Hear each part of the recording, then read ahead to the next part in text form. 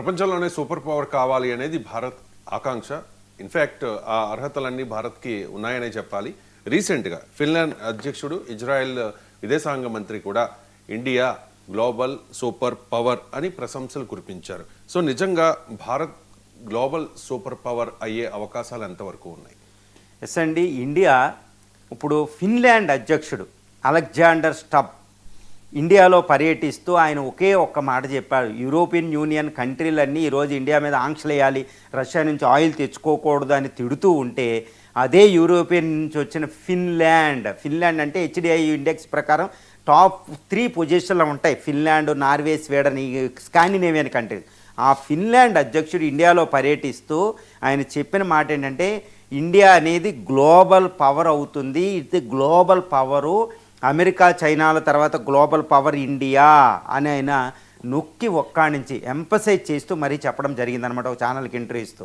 రెండో విషయం ఏంటంటే ఇండియా మిత్రదేశం Israel foreign minister Gideon Saar ఇండియాలో పర్యటిస్తూ ఆయన కూడా ఒక మాట్లాడి India is already global player, global power అని ఆయన ప్రకటించాడు. ఇది పెద్ద విచిత్రమే కాదు, ఏదో ఫిన్లాండ్, ఇజ్రాయెల్ మన గ్లోబల్ పవర్ అన్నవసరం లేదండి. India is already global power. India is the విశ్వ గురు. ఇందులో ఎటువంటి సందేహం మనకు అవసరం లేదు. ఎందుకంటే గ్లోబల్ పవర్ అవుతుంది కాదు, India is already global power. అంటే మిలిటరీ పరంగా చూసినా స్పేస్ మిలిటరీలో ది టాప్ 4th పొజిషన్లో ఉంటుంది ఇండియా. ఏది ఆర్మీ పరంగా. ఆర్థిక పరంగా చూస్తే 4th largest economy according to the GDP, gross domestic product ప్రకారం ఆల్రెడీ 4th లార్జెస్ట్ ఎకానమీ అండి.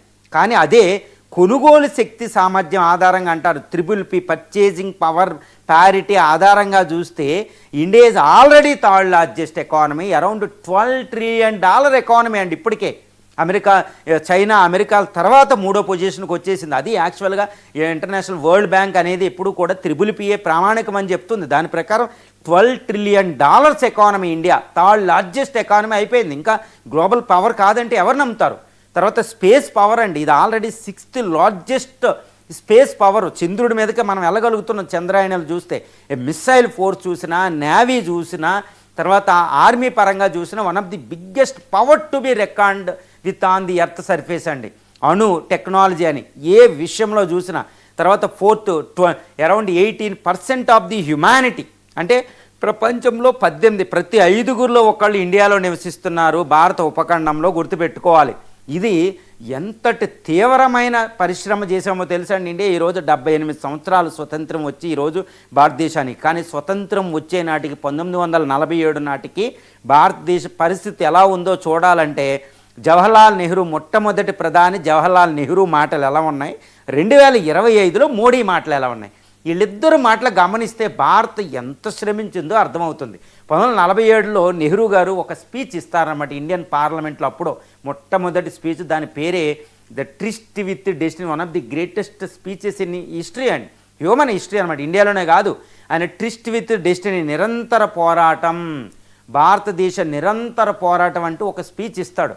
అప్పుడు భారతదేశ పరిస్థితి 1947లో ఎలా ఉందంటే సుమారు 1200 సంవత్సరాల పరాయి పాలనలో మగ్గిన భారతదేశానికి స్వతంత్రం వచ్చింది. అలాంటి స్వతంత్రం వచ్చిన భారత మాత పరిస్థితి ఎలా ఉందంటే బట్టలు లేని దారుణమైన దివాళా తీసేసి $40 trillion మన సంపద అంతా దోసుకెళ్ళి బ్రిటిషోడు, వెస్ట్రన్ కంట్రీస్ సంపద పోగేసుకున్నాయి. భారతదేశం కడు బేదర దేశం. ఎలాంటిదంటే ప్రస్తుతం సోమాలియా, ఇథియోపియా లాంటి దేశం కింద తయారైపోయింది.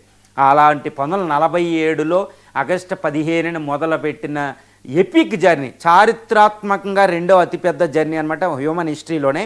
ఆ జర్నీ మొదలుపెట్టి ఎన్నో కష్టాలు పడి ప్లానింగ్ పీరియడ్ అని, పబ్లిక్ సెక్టర్ అండర్టేకింగ్ అని, తర్వాత ఆర్థిక సంక్షోభాలని, 5 యుద్ధాలు, చైనాతో 6వ యుద్ధం, తర్వాత 30 years of the war and terrorism, America బ్రిటన్లో న్యూక్లియర్ బాంబులు వేయడానికి వచ్చిన 1971 యుద్ధం సమయంలో దాన్ని తట్టుకుని, ప్రజాస్వామ్యబద్ధంగా ఎమర్జెన్సీని తట్టుకుని, ఎన్నో ఎలక్షన్లు, 25 సంవత్సరాల సంకీర్ణ యుగం, ఎన్నో ఫుడ్ క్రైసిస్, PL480 అమెరికా విధించిన ఫుడ్ సెక్యూరిటీ బిచ్చ పాత్ర నుంచి గ్రీన్ రెవల్యూషన్ సంపాదించి, ఓకే జై కిసాన్ జై జవాన్ అనుకుంటే ఈరోజు ప్రపంచానికి కూడిపెట్టే పరిస్థితి. One of the 2nd highest food grain producer India అండి. ప్రపంచానికి కూడిపెట్టగలిగేది, వ్యాక్సిన్ తయారు చేసుకుంది. ఈరోజు సెల్ఫ్ రిలయంట్, ఈరోజు ఫ్రీడమ్ స్ట్రగులర్ ఊహించినట్టు సెల్ఫ్ రిలయంట్ స్వావలంబన సాధించింది భారతదేశం. ఇది ఒక కళ అన్నమాట. నేను ఎప్పుడు ఒకటే చెప్తాను, 1947 అంటే ఇప్పుడు మనం తీసుకుంటే మనకు ముందు 2 జనరేషన్స్ ముందు, అంటే 2 తరాల ముందు వాళ్ళు ఏమనుకున్నారంటే మన భారతదేశాన్ని స్వతంత్ర దేశంగా చూడడం వాళ్ళకి డ్రీమ్ అండి.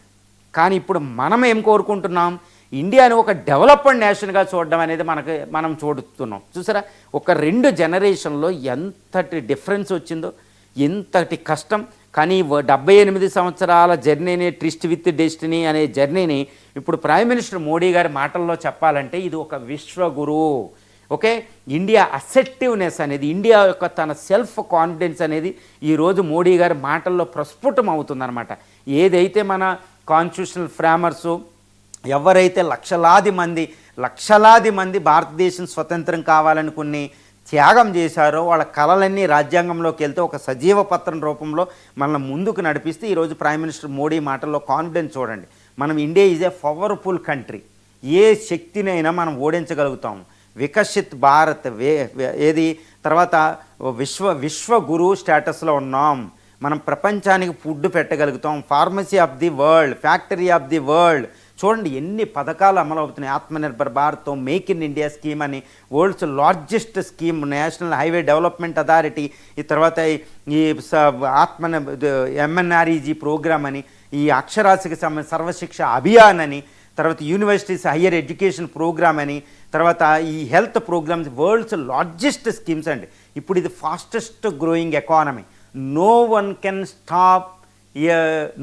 కెన్ స్టాప్ అండి. ఏ పవర్ కూడా ఇండియాని స్టాప్ చేయలేదు. It is already global power.